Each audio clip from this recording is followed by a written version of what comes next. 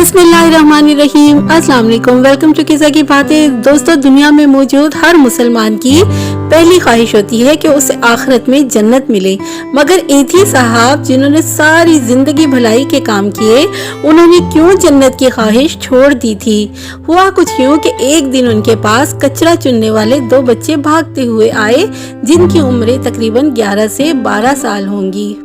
उन्होंने आते ही एथी साहब के हाथ में एक बैग दिया और कहा कि आप ये खोल कर देखें, इसमें क्या है, हमें कचरे से मिला है।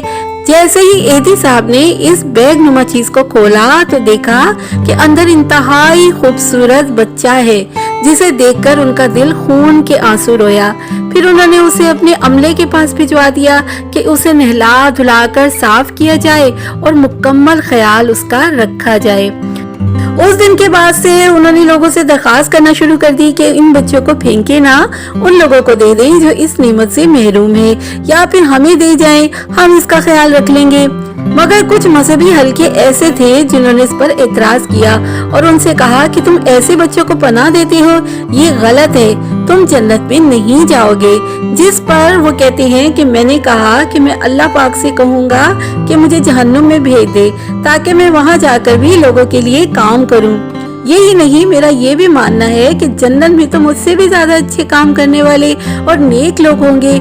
दोस्तों, 28 फरवरी अब्दुल सत्तार एदी साहब की सालगिरह का दिन है। आज का दिन हमें बहुत खुशी से और इस अहद के साथ मनाना चाहिए कि हम भी इंसानियत की खिदमत करेंगे। 28 फरवरी 1928 को अब्दुल सत्तार एदी की पैदाइश हुई।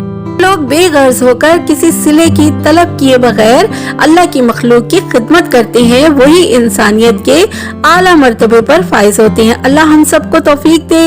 वीडियो पसंद आए तो लाइक कीजिएगा, शेयर कीजिएगा और मेरे चैनल को सब्सक्राइब किए बगैर बिल्कुल नहीं जाइएगा। अल्लाह हाफिज।